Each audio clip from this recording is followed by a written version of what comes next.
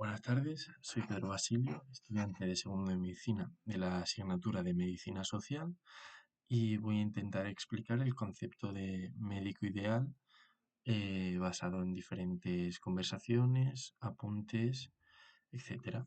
Vale, así en un primer momento se nos viene a la cabeza que el concepto de médico ideal debe estar asociado a tener grandes conocimientos, ser empático con el paciente, ser comprometido, tener habilidades de comunicación, eh, saber escuchar de forma activa, intentar cumplir las necesidades del paciente a diferentes dimensiones, tanto psicológica como biológica como social. Ahora bien, al profundizar un poco en el concepto de médico ideal, te pueden aparecer una serie de dudas, como es mi caso, que me gustaría compartir, como puede ser, ¿para quién ha de ser ideal el médico? Porque según a quien preguntes, las características que se pueden proponer o que pueden ser preferidas varían en función de si le preguntas, por ejemplo, al paciente, al jefe del médico, a los compañeros del equipo o al sistema sanitario como eje del mismo. ¿Vale? Esto nos puede ayudar a la hora de generar una imagen, un constructo de lo que significa ser el médico ideal. Ahora bien, los valores del médico ideal o las características del médico ideal han sido siempre así, son siempre así, es una característica propia e inmutable del médico o ha ido cambiando a lo largo de la historia. Bueno, pues en base a estas preguntas me gustaría hacer la explicación de este vídeo, ¿vale? Entonces, para responder a estas preguntas voy a utilizar una serie de ejemplos eh, que espero que puedan ser útiles, ¿vale? Para intentar responder a la pregunta de qué características puede tener el médico ideal basado en toda la interacción y en todos los participantes que hay, em, en un principio no presenta problemas, porque al final tú puedes generar un modelo y añadir un conjunto de características. Esto está bien hasta el momento en el que hay características contradictorias. Claro, en estas situaciones, ¿qué característica pesa más? ¿Cuál se ha de elegir? Sigue siendo un ideal si hay un choque. Claro, estas son preguntas que pueden generar confrontación y pueden generar problemas a nivel de discusión. ¿Vale? Entonces, para intentar poner estas preguntas e intentar contextualizar. Entonces, voy a utilizar un contexto, una situación ética un poco complicada, que va a ser, por ejemplo, la ley de la eutanasia, la ley del aborto, en diferentes aplicaciones. Vale, vamos a poner el primer ejemplo, en el que vamos a ver un choque de valores o características de diferentes perspectivas, por ejemplo, en este caso, la perspectiva del propio médico como persona y la perspectiva del paciente.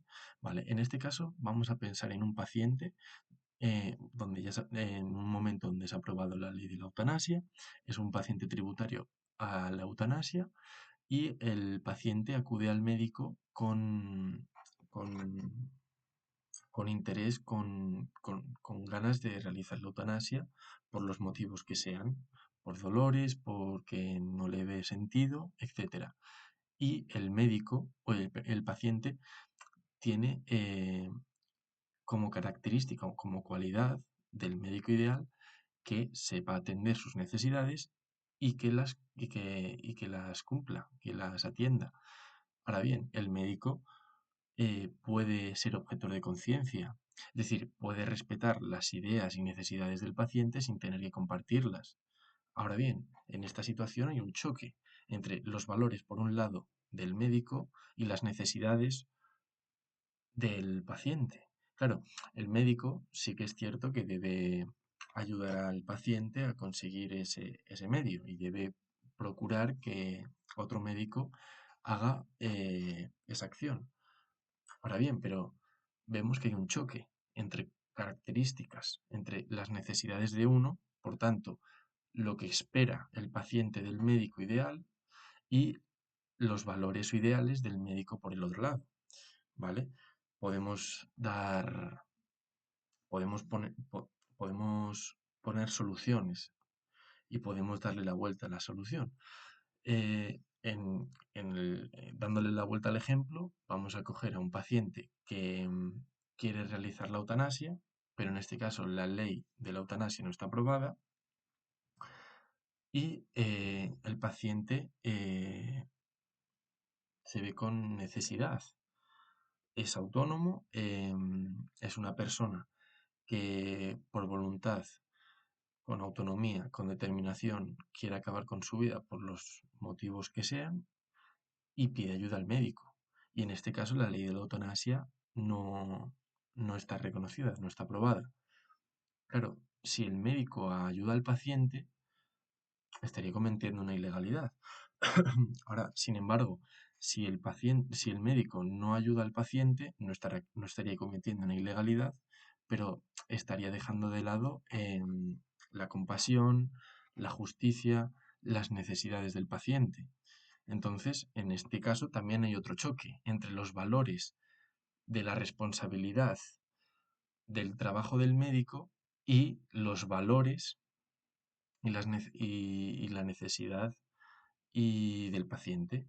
Hay otro choque. Entonces, viendo ya este primer choque, podremos establecer que no hay un concepto ideal médico que se pueda llevar a la práctica. A nivel teórico, donde no ocurren estas situaciones, a lo mejor con integrar perspectivas, integrar características de todas las perspectivas es suficiente, pero al aplicarse en la práctica, una persona que deje o haga o deje de hacer o haga, en cualquiera de los ejemplos, deja de ser el médico ideal. Es más o menos buen médico, peor médico. Entonces, em, hemos de darnos cuenta que el concepto de médico ideal depende de una situación. No es algo propio, no es algo inherente, no es algo absoluto. Es algo que depende de situaciones. Ahora bien, ¿qué puede tener más peso en las decisiones? ¿Qué puede tener menos peso? Pues esto depende del modelo y el contexto en el que nos encontremos acorde a la medicina. Esto es, ¿qué relación existe entre el médico y el paciente? ¿En qué punto está cada uno en la relación médico-paciente? ¿Qué contexto tienen entre sí? Es importante porque es la siguiente pregunta. ¿Qué factores pueden determinar las características del médico ideal? ¿Qué factores pueden determinar qué característica tiene más peso si se ha de elegir? Pues por intentar por completar, por ejemplo, el concepto de médico asociado al paciente a lo largo de la historia ha ido evolucionando, ha ido variando, ha ido moldeándose a las condiciones sociales, culturales, técnicas de cada momento. Entonces, por poner ejemplos, podríamos encontrar que el médico en el vínculo o en la relación que existía entre médico y paciente, por ejemplo, en la Edad Antigua, en Grecia, por ejemplo, era era aquel el que tomaba la decisión, no el paciente, como podemos ver ahora en la actualidad, que se está buscando una mayor autonomía del paciente, que pueda decidir y tomar parte en decisiones que puedan afectar a su salud, ¿vale?